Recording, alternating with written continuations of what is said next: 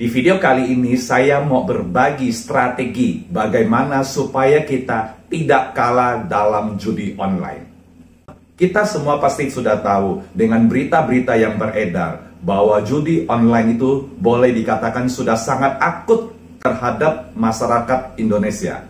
Rakyatnya banyak yang terjerumus dalam judi online.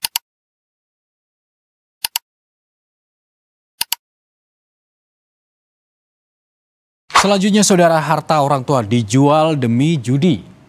Karena ketagihan bermain judi online, pemuda bersama seorang rekannya nekat mencuri harta benda orang tua angkatnya di Makassar, Sulawesi Selatan. Saat korban tengah mudik lebaran, pelaku membawa kabur harta benda korban seperti jam tangan dan sepeda motor. Semuanya dijual kembali untuk judi online. Kita bisa lihat di beritanya begitu mengerikannya. Bukan hanya dari sisi keuangan yang berdampak begitu luar biasa, tapi sudah membawa hal yang lain. Perceraian, bunuh diri, kekerasan, dan banyak hal yang betul-betul sangat miris kalau kita mendengar berita-berita yang beredar. Bicara judi online, ini bicara tentang keberuntungan atau bicara peluang?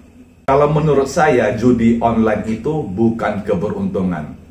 Karena di dalamnya kita mau cari dengan berbagai sisi. Bagi saya pribadi, tidak ada faktor keberuntungan. Walaupun banyak orang lain mengatakan bahwa mereka itu beruntung dan mereka bisa menang judi online. Kalau saya lihat bahwa judi online itu adalah bicara tentang faktor peluang. Dalam video ini, saya mau mengajak kita melihat dari sisi peluang. Bagaimana judi online itu bisa bekerja. Sekarang mari kita ambil beberapa contoh, kita bicara tentang faktor peluang daripada sebuah peluang yang ada di depan kita. Contoh yang pertama, kalau di tangan saya ini ada koin. Koin ini terdiri dari dua sisi, angka dan gambar. Jadi kalau koin ini saya lempar ke atas, peluangnya adalah 50%. Bisa angka, bisa gambar. Jadi setiap kali kita melempar koin ini ke atas, kemungkinannya adalah 50% bisa gambar, 50% bisa angka. Contoh yang kedua, kalau kita ambil dadu. Kita tahu dadu ya, dadu itu adalah bentuk kotak, kubus, yang ada 6 sisi. Di situ ada 6 angka. 1, 2, 3, 4, 5, 6. Dadu itu kalau kita lempar, kemungkinan pilihan kita bisa muncul itu berapa peluangnya? Peluangnya adalah, karena dia 6 sisi, peluang yang kita lempar, misalnya kita pilih angka 5, kita lempar dadu dan kita tangkap. Maka peluang yang bisa muncul angka 5 adalah 1/6. Peluangnya itu cuma 1/6. Peluang tidak muncul angka 5 itu berapa? Peluang tidak muncul angka 5 adalah 5/6. Jadi sangat besar. Jadi ibaratnya kalau dadu itu kita lempar 6 kali, 1, 2, 3, 4, 5, 6. Kita lempar 6 kali, kemungkinan pilihan kita bisa muncul itu cuma 1 kali. Sedangkan kemungkinan tidak muncul angka yang kita pilih itu adalah 5 kali. Nah, seperti itu. Sekarang bagaimana peluangnya kalau kita ambil contoh di dalam judi slot. Katakan ya ada 3 kotak. 1, 2, 3. Dan tiap kotak ada 5 gambar.